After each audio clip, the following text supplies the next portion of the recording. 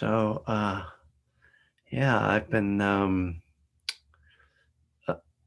I was talking to Walt Opie, who co-taught the last couple of retreats with me and was one of the teaching team. And he was telling me about the course that Venerable Analayo is teaching on the Satipatthana. And it's all based on this one book of Analayo's. So Satipatthana is the sutta on the four foundations of mindfulness. So it's like the core Buddhist teaching in the Theravadan tradition. It's all about mindfulness. And um, and Walt said, we're doing it out of that book. So I was like, do I have that book? Because I have like a whole like shelf full of Analayo books, and of course, so I have the book. So uh, yesterday I started reading it, and then I realized I wanted to outline it. So you guys may be in trouble coming up. We may wind up doing the four foundations of mindfulness for a while at some point. But I've never really been a good like haven't done that in like outlining things or taking a lot of notes when I read something. I guess I did when I was in college, but as a Dharma reader, I usually just kind of like read it and try to like absorb it, which is also a practice, right? To try to be mindful and open and just read and take in, the jewels, the gems that you're reading. I guess jewels and gems, same thing. Um, but really, in this mindfulness teacher training, they have videos, and I found that the only way I could remember what was in the videos was if I took notes as I watched them. So then I thought, well, that's actually a really good system for, you know, learning. It's two different approaches. Actually, worth discussing. We'll sit in a minute or two, but this is worth mentioning, just in terms of your own, you know, uh, spiritual readings.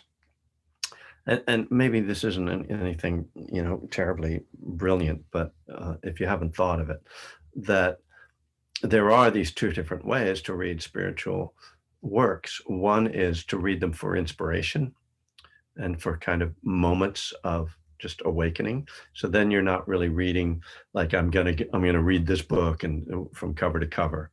You're really just reading very often short passages, right? And many of us do this, right? After you sit, you just pick up a book, or you have a regular book that you like to read, even a daily reflections book, and you just read a few paragraphs, and you use that just as inspiration, as I say, and sort of like something to kind of ping you on your day. Um, but then, of course, there's this other approach to reading, which is, oh, I'm going to study this, and I'm going to try to really get a hold of this material. And most of the time, that's not how I think we should read spiritual stuff. But sometimes, uh, obviously, as a teacher, it's a good thing to do. Uh, and I guess um, if you're really at a certain point, if you're just digging into the teachings and you really want to understand like the Eightfold Path, and you take, like Bhikkhu Bodhi's book on the Eightfold Path, which I happen to have here right here because I was just looking at it. You can go through it and really do take notes, and of course it also has to do with people's learning styles. Some people really learn well with notes. Like if Anne is here, I don't know if she's here, but I know she loves to take notes, and just some thoughts, just little reflections.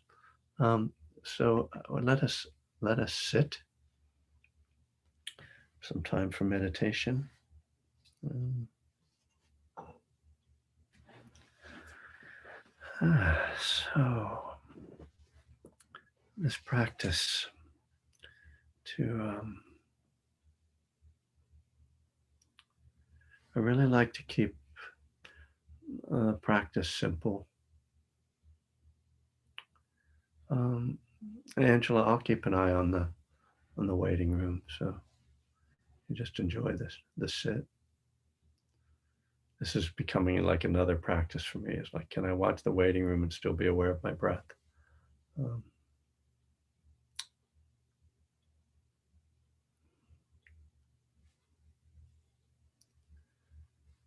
And so, as I said, I think keeping your practice simple and very kind of body oriented. Um, I think when we complicate it, um, it can become another kind of task that we're trying to do, and a kind of striving can arise. So to just sit comfortably. Certainly, one of the advantages of Zoom is that you can sit however you want. You're not in the meditation hall with the meditation cushions or the meditation chairs. You're just here. You're just in your own space.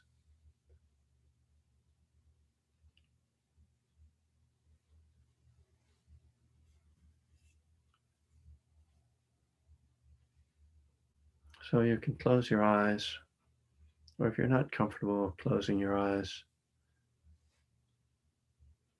just lowering your gaze so that you're not really engaging in the visual world. You know, sight is our strongest sense, and so when we limit that, it gives us sort of more bandwidth to focus on the mind, really.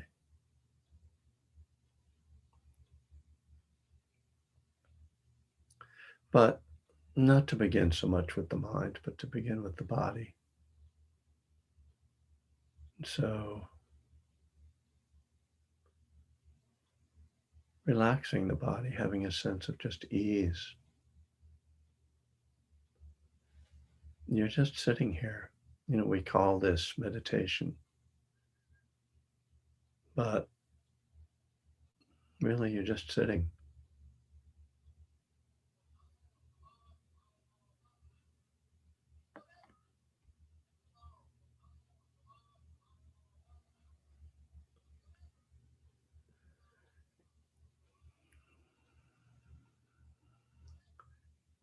If there are any points of tension in the body, or if it helps to kind of loosen any places in the body, like the jaw, the shoulders, the belly.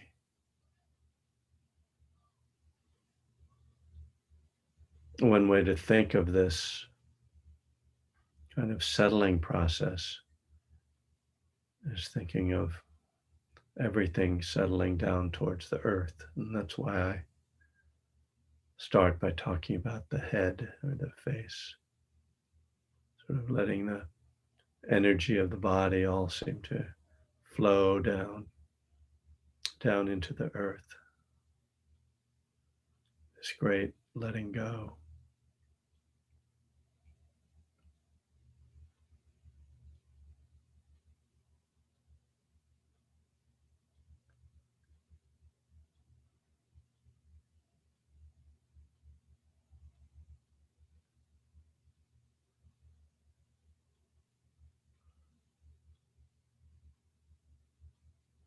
And in that process,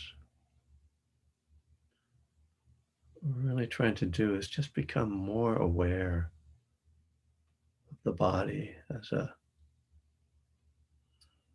thing, as an object, but kind of feeling the density of the body, with the weight of the body. And it's not so much the weight in terms of the pounds that it weighs, but the sense of density and that earth quality is the earth element in the body, which the body contains all four of the traditional elements. But this earth element helps us to move into a more settled state.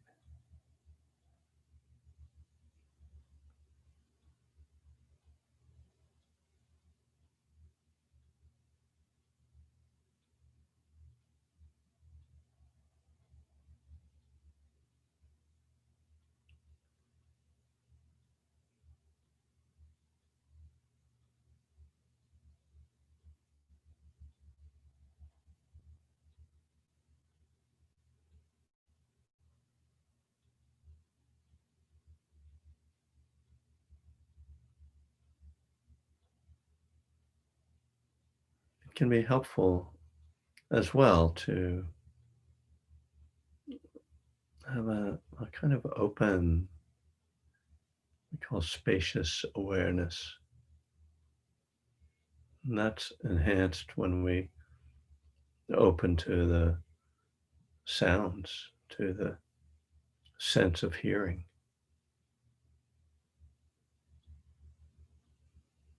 Sound is an element that shows up more as a spatial experience when we listen.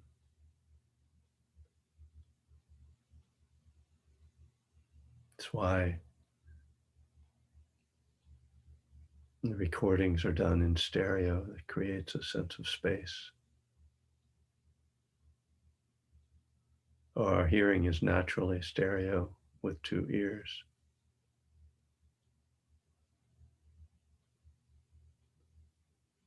So see if you can just connect with the sense of space in what you hear.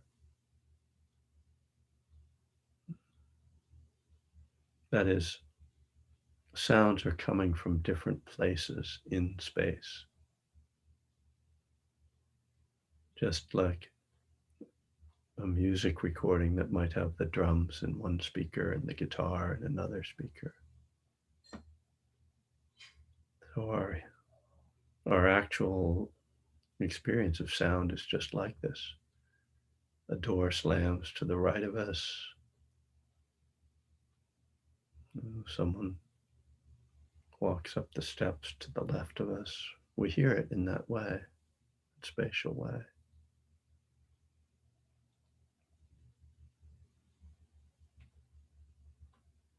And the value of this in meditation is that it helps us to see that the mind is actually, you could say, bigger or more spacious than just the experience of the body. The body is felt very close to us. We sense the body right here. But sounds can be at a distance. And realizing that our mind can be hearing those things at a distance, our mind is, in a sense, out there meeting those objects of sound and tuning into that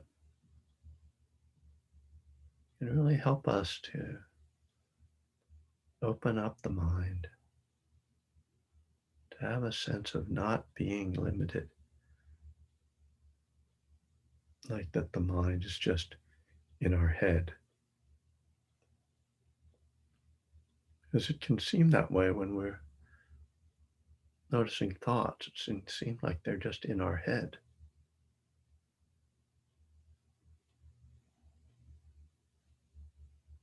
And maybe thoughts are in our head. But consciousness itself, and awareness, goes far beyond that.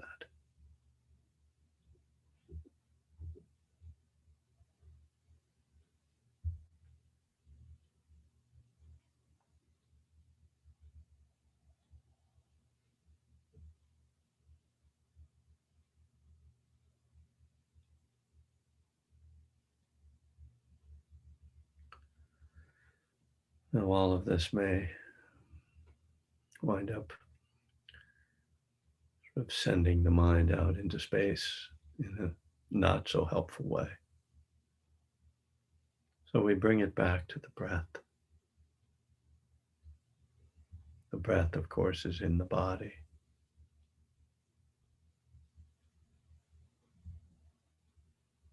We're not trying to cling to the breath or be purely focused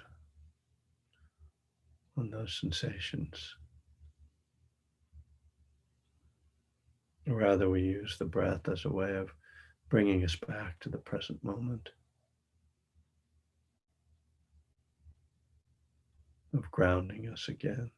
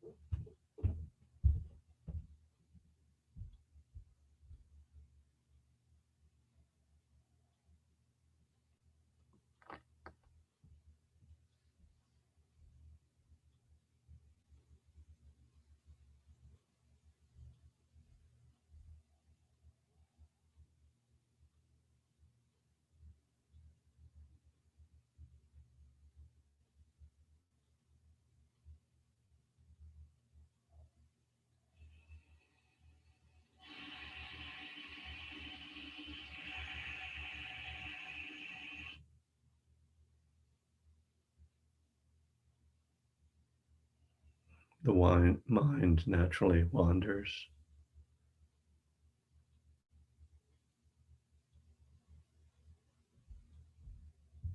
Thoughts intrude on the simple focus on breath, body, and sound.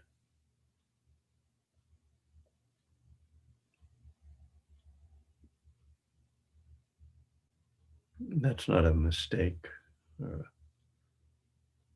sort of error in our meditation. It's a natural experience. Our minds are very trained and habituated to stay in thought. And our practice certainly tries to interrupt thought,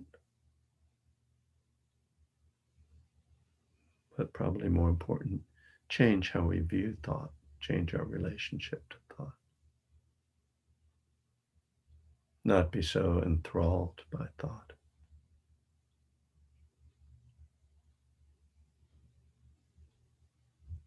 And so, with awareness, we notice thoughts,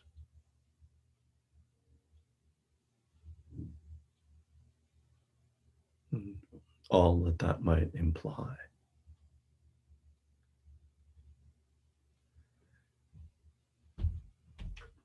And in just a flash, brief moment, we can see a thought, we can know it, we can see where it's coming from. We don't have to spend time there, but it's useful that glimpse at the thought, just to see what's showing up in your mind, see where it's coming from. And then we come back and we train the mind to come back, try to make this a new habit, the returning to the body, the returning to the breath.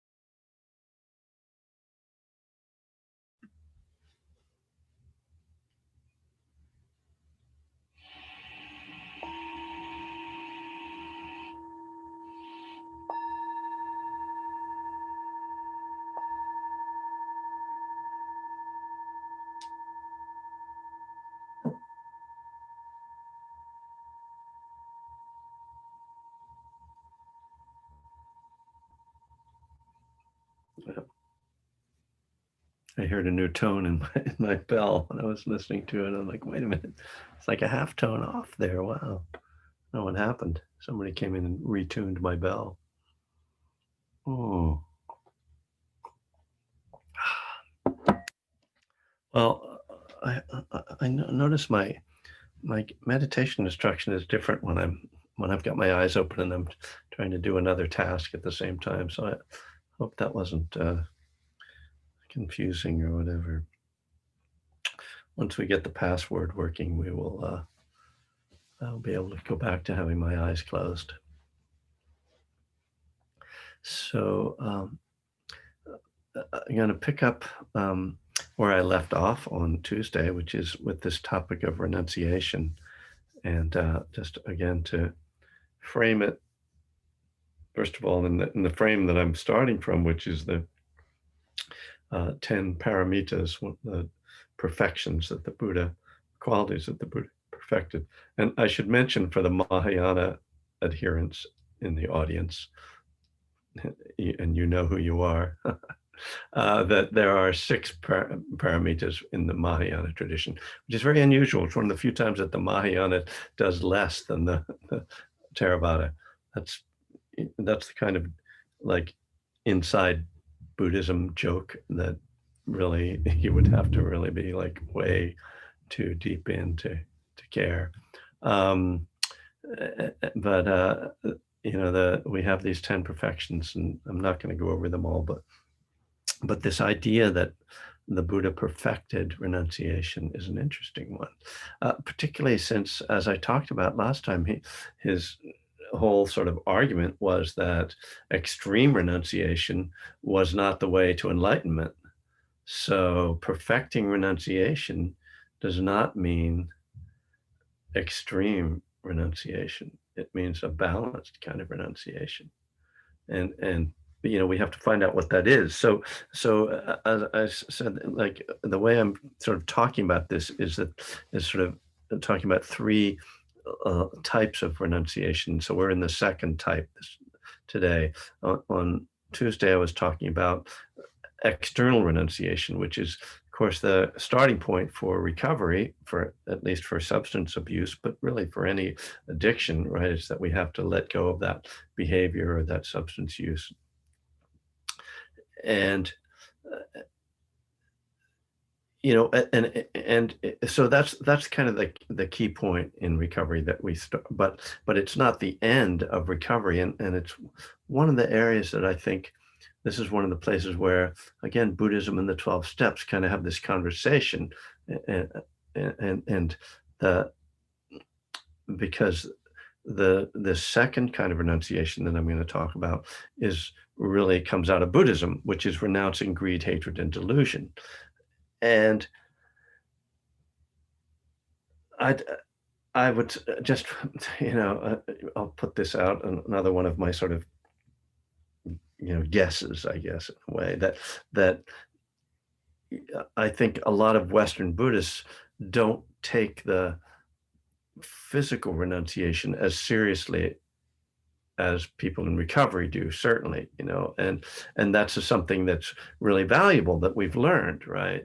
That to renounce certain behaviors and but I would also say that people in recovery, maybe in just people who I'm not going to, again, broad strokes, but just that 12-step work doesn't necessarily mean that you're going to engage on this deeper level of attachment and letting go, which is, you know, renunciation really just means letting go. So again, kind of what makes me really love bringing these two together, because they enhance each other, the strengths and the emphases of the two traditions of recovery and Buddhism really work so well together. So the idea of renouncing greed, hatred, and delusion, um, it's a big task, and you know, don't try to do it in one bite. You know, as I say, try to swallow the Ganges. Um, but it's really at the heart of what the Buddha was talking about. And it's what's interesting is, and I think I talked about this a bit on Tuesday, but really important point, that when the Buddha first spoke to, the his first followers who were ascetics, who had been living a very renunciant life, he was trying to show them that extreme renunciation was not really the way, but further, and was his typical of the way he taught, he took this idea of renunciation and took it to a deeper level, and he made it more subtle. And he said, what's important isn't so much the physical renunciation, whether it's celibacy or, eating one meal a day, and all the things that monastics would do. What's really important is renouncing these inner poisons of greed, hatred, and delusion. And, and as with so many of his teachings, then it's much more challenging, not that it's easy to give up behaviors or be celibate, but those things are very clear cut, and to say, okay, I want you to watch your mind, and try to not get caught up in greed, try to not get caught up in negativity and in aversion, into anger, into jealousy, into resentment. Try to stay awake and conscious and see. Try not to get lost in your delusions. That's that's the huge task that he puts to us. But it's what our practice is about, right? When we meditate, I think meditation is so interesting when thought of in the context of renunciation, because first of all, meditation is an outward renunciation, momentary, or for a period of time, but we are renouncing the world. We are not drinking or using or having sex or eating. We're not seeking any entertainment. We're letting go of all that outwardly. But then we are also trying to practice watching our minds and letting go of the arising of these tendencies. So it really embodies both of these different aspects of renunciation. Now, it occurred to me as I was thinking about this topic again, and I will say that it is kind of fun to take on a topic for a week or two and to be able to kind of let it be. And I hope people are doing this. Let it be a theme in your life, something you're exploring. One of the things that kind of popped up for me, it is realizing and remembering something I know well, but just kind of coming back into focus, that renunciation is one of the elements of right intention.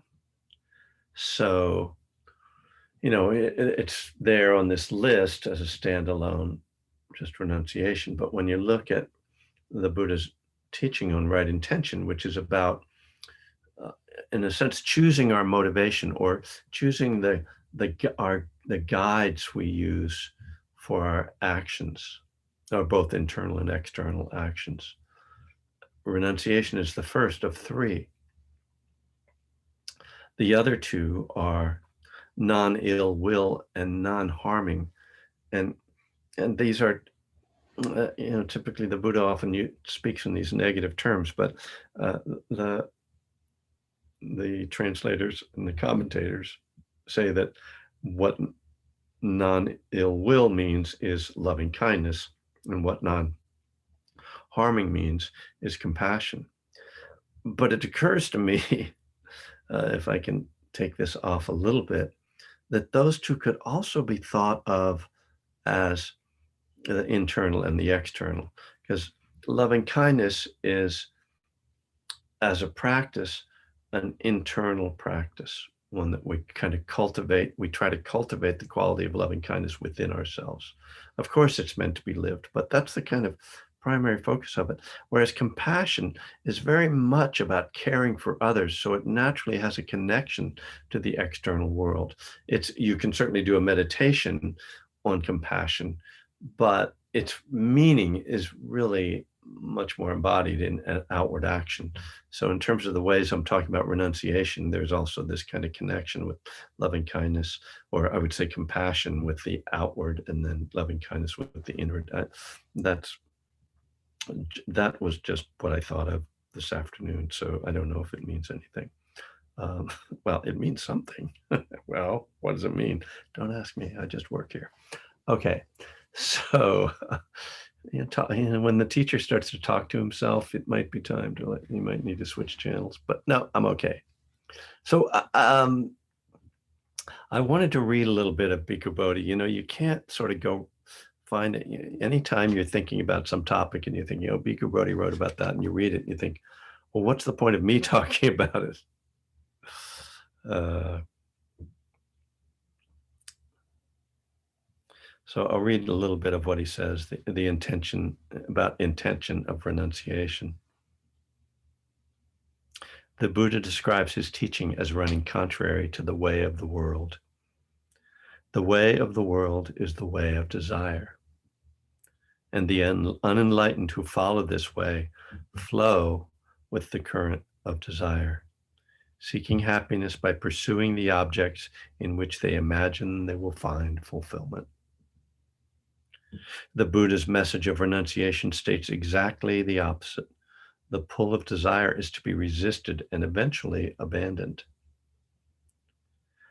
Desire is to be abandoned not because it is morally evil, but because it is a root of suffering.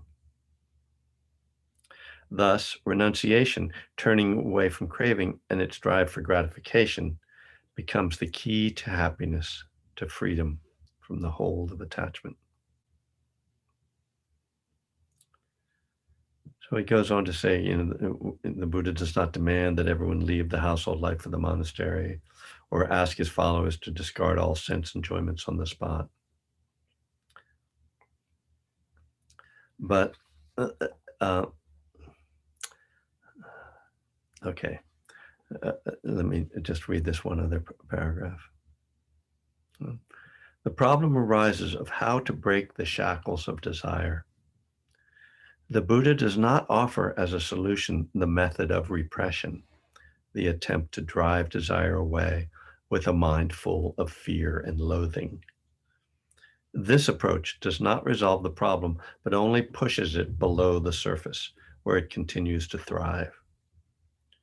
The tool the Buddha holds out to free the mind from desire is understanding. Real renunciation is not a matter of compelling ourselves to give up things still inwardly cherished, but of changing our perspective on them so that they no longer bind us. When we understand the nature of desire, when we investigate it closely with keen attention, desire falls away by itself without need for struggle. So this is, for me, these are perfect words, the way he expresses it. And, to bring this back to addiction, it actually speaks to the same thing that the steps are talking about. The steps put this in the terms of God, but it's the same thing in terms of the steps do not suggest, the 12-step program does not suggest that we repress our desire. Well, I mean, they suggest we give up the action, but what they say is turn it over, right? Turn it over to God. The Buddha's path is not theistic, but there is a kind of turning over that happens. And it's the heart of that turning over is intention. I'm trying to follow this teaching on intention, but this what Bhikkhu Bodhi says to me is the thing I'm pointing to. I'll say all the time. It's not in much of the time in my teaching, which is that the way we let go isn't by thinking we're supposed to do it. It's by feeling the suffering that's created by the behavior, feeling the suffering that's created by the thoughts, feeling the suffering that's created by the anger, by the craving, that motivates us to let go. That's a natural, it creates the natural effect of inspiring us to let go, just in the same way. Really, I think that giving up drugs and alcohol comes out of the same thing. You know, if there's if somebody's saying, "Oh, you shouldn't drink." I mean, well, like we know how prohibition went, and we know how drug laws go. Like they don't do anything, telling people not to do it because it's either bad or even illegal. That's never worked. You know, people have to know for themselves that this is painful, this is suffering, that this does not work. So this renunciation of greed, hatred, and delusion comes through mindfulness. It starts with mindfulness. It starts with awareness of what's going on. What does it feel like? I think one of the first things that I connected with in terms of Buddhist teachings and in terms of letting go was the realization that anger really was not helpful. That in fact anger was painful, and that really made sense to me to let go of anger. It I didn't learn how to work with that uh, for a long time. I'm still not an expert, um, but I saw very clearly. I think it's much harder to see the suffering of desire than it is to see the suffering of hatred. The suffering of hatred burns. I mean, the Buddha talks about the pain of hatred, uh, and the way it burns in us. He describes it as trying to like picking up a burning coal in order to throw at someone else. And of course, we're the one who gets burned. So I like that image of the burning coal. The other image that he uses in that same sutta is it's like picking up a turd to throw at someone else, and we wind up stinky as well. So being stinky and burnt are two unpleasant things. And anger is kind of stinky too, as well as being burning us. But desire, I'd say, much harder to see that, right? And that's the challenge for the addict, because there's always the sense that, oh, if I act on this, then there's the gratification. There's one of the another series of suttas, another teaching that shows up in a bunch of suttas is called gratification, danger, and escape.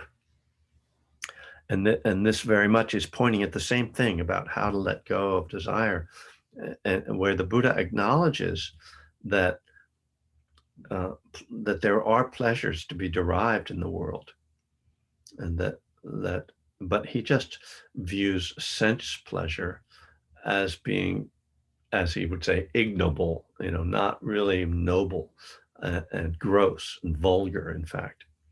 But he says, yeah, but still, it can be enjoyable. But he says that there's a danger in it. And the danger is that you can't hold on to it. And so it's constantly slipping away. And so it creates this cycle, right? Which is the cycle of addiction, cycle of craving. There's the gratification. Oh, that was good. Oh, well, it's gone now. Oh, how do I get it back? Oh, do it again, and I'll maybe increase the dosage this time, and and so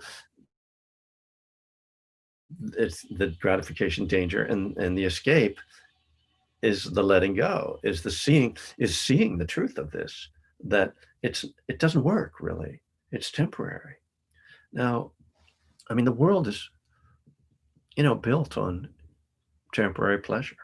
I mean, this is most people accept and kind of understand that pleasure is temporary. So they're going to just have to keep, reinforcing it. They're going to have to keep doing things to bring pleasure. So, you get up in the morning, you feel crummy, you take a shower. Oh, I feel better. Then you're still sleepy. Have a cup of coffee. You feel better. Then you're hungry. Oh, let me have something to eat. Now I feel better. The day goes on, and on and on.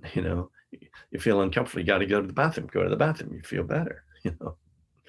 Yeah, just there's this constant. This is life, right? And sure, you can accept that, and most people do. And this is what's again radical about the Dharma, about the Buddha, that he was like, I don't accept that. That's not acceptable to me. I don't want to have to constantly be trying to satisfy myself.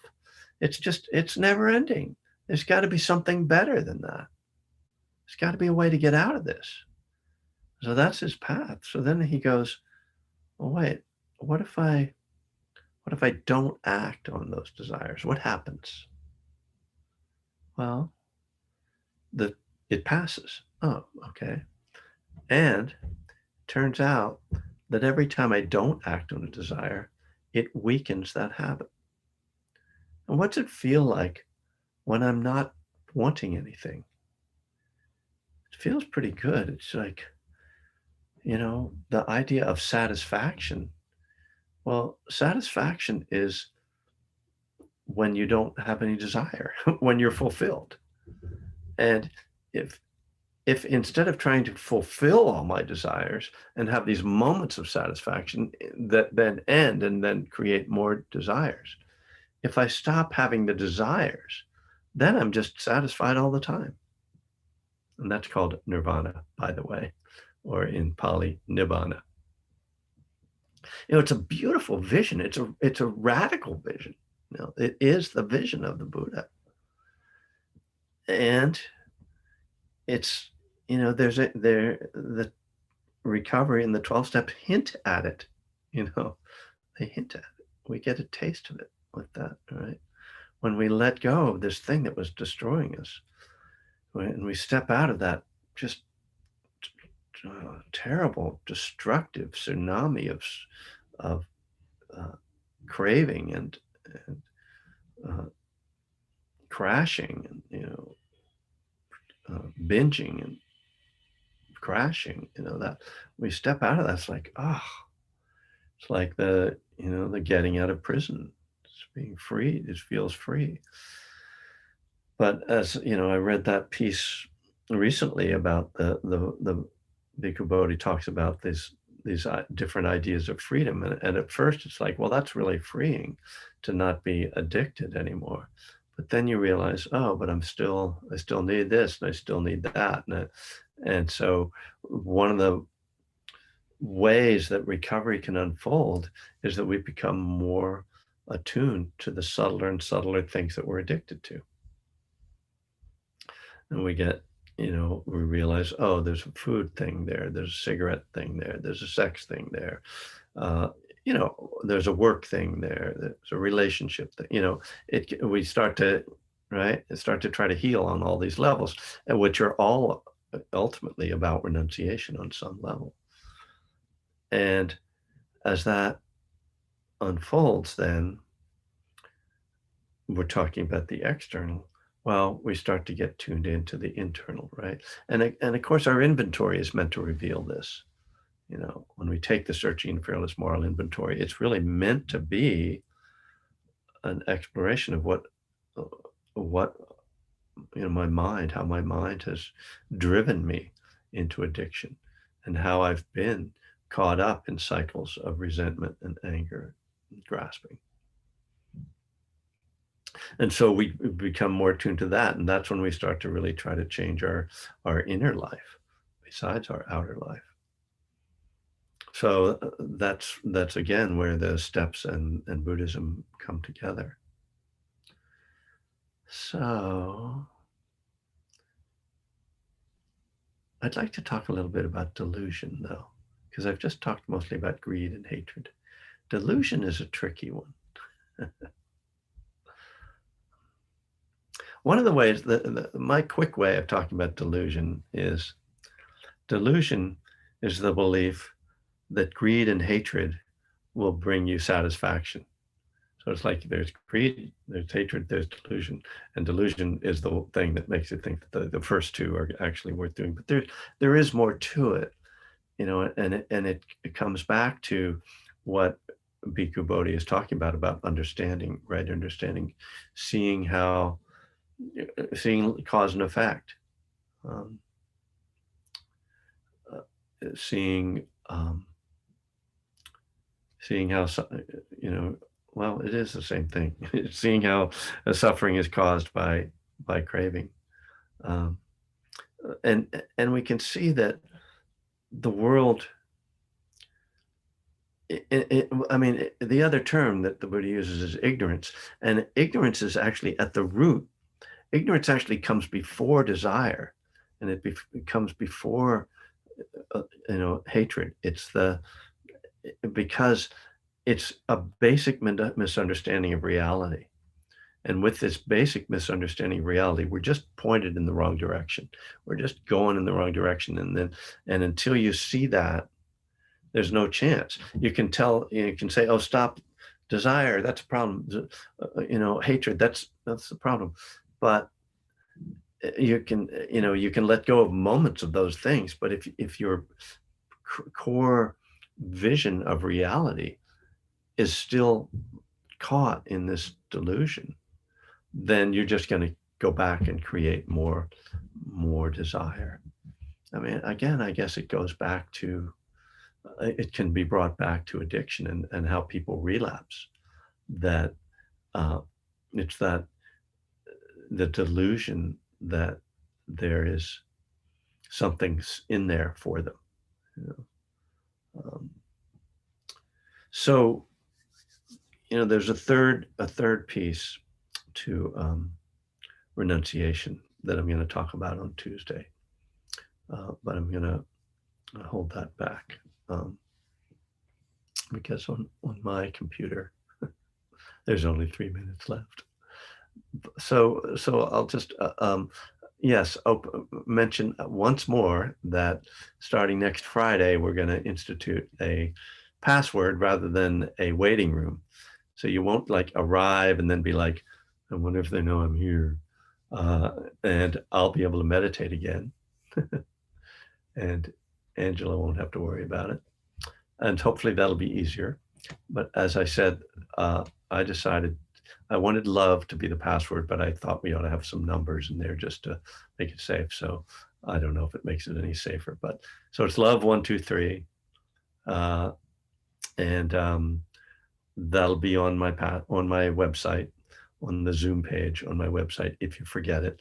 I don't know how people, like if people bookmark this Zoom link or and I've never come on Zoom with the phone, but the old bookmark will not work, right, Angela? They'll if It you will work, but you'll have to type in the password. So it'll we're say gonna, put enter password. yeah. And I don't know, we haven't confirmed yet if we're gonna add the link with the password embedded to your website as Yeah, well. I Okay, want to do that. we will do that. So we'll have a new link. So you'll still be able to get in either way, right? Yep. Yeah. So You don't have the password embedded. You'll have to type it in. right. So if you come to you go to the new link, you'll just click on it. It'll bring you in auto password, which I don't understand, but it's Zoom. So, and if not, then it'll be love123. And as I say, I mean, presumably all you people at one time were on my Zoom uh, meeting page because somehow you found this thing back in the days when the early days, March 13th, the opening salvo. So yeah, I might want to. Do I want to close with a little? I don't know, inspiration. Um, I spent 3 hours phone banking this week for Pennsylvania, and I spoke to a bunch of people who've already voted. I spoke to a bunch of people who are voting for Joe Biden, and I also had one person say very obscene things to me, which, is part of the deal. You get to have that. So, I don't really pray, but, definitely, praying in some way, that we'll be okay. We have a long way to come back, um, a long way. And, well, we better do some loving kindness to end the class before I devolve into something. So, do I have to tell you anything? Oh, I'm going to be on some East Coast AA meeting on Monday morning. Um, if anybody's interested, is anybody interested? Uh, Let me see if I think I might even have the link for it. Uh, that guy wrote me an email today. Where is he? Sweep 111. Okay, here it is. I'll see if I can put this into. Oh, that's weird. Um, is that right? That can't be right. I'm sorry. Here's the meeting ID and the passcode. So it's at 9 a.m. It's on the East Coast, so it's noon for them. But that means I have to get up early in the morning. Yeah, I'm a musician, man. Like 9 o'clock is early. Oh, that didn't work. Did I gave you the passcode, but I didn't give. Oh, there it is. So if you want that, copy it. If you want to, because I'm going to probably tell my story. I'm going to be on Colorado Public Radio podcast called Back to Broken. I'll let you know when that's coming. They actually did a pre-interview with me this week, and this guy knew things about me that I had forgotten. So they did some research into me, and it was like he found my FBI file or something. So it should be an interesting interview when it comes out. But I'll let you know. Meanwhile, I don't think anything else is going on in my teaching world. I'm trying to not do so much right now, so that I have time to solve the world's other problems. I saw Vimala Sara announced your Oh yeah, thing with her. that's right. That's in December. Yeah, we've got a ways to go. Everything after November 3rd is just an illusion. That's all just an illusion. I might actually. My daughter is asking me to come to Pennsylvania and knock on doors with her. So I don't know if I should risk it. And if I could drive there, I'd go. But Olivia's saying no. Are you saying no? Don't go. Okay. Thanks. All right. Let's do a little. We'll close with a little metta practice, a little loving kindness practice, and just sitting back again. Mm. I hope you find some joy in being together.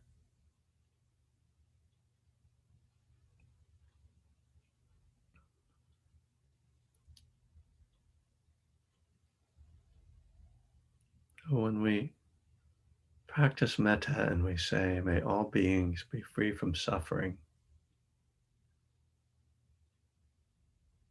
what we're really saying is, may all beings let go of craving.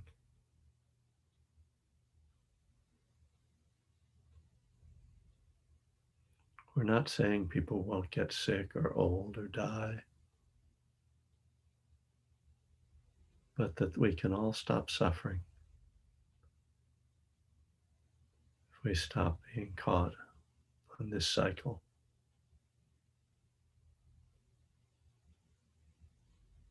So just for a moment to reflect on what that might feel like.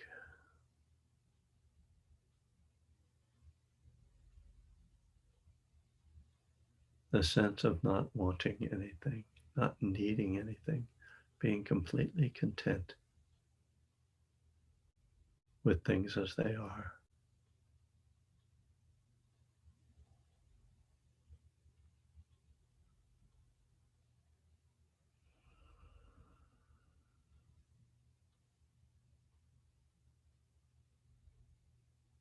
And then wishing that all beings might feel this feeling of contentment.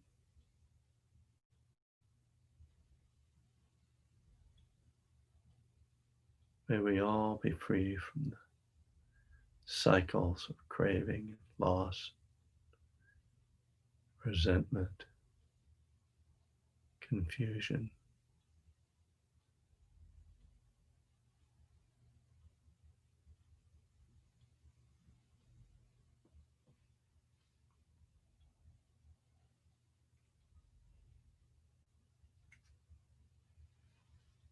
May all beings be free from suffering.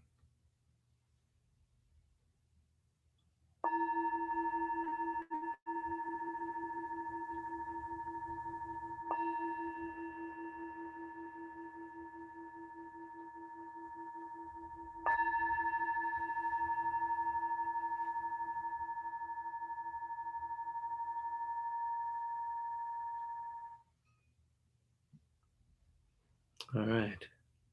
Thank you all. Be well, be safe.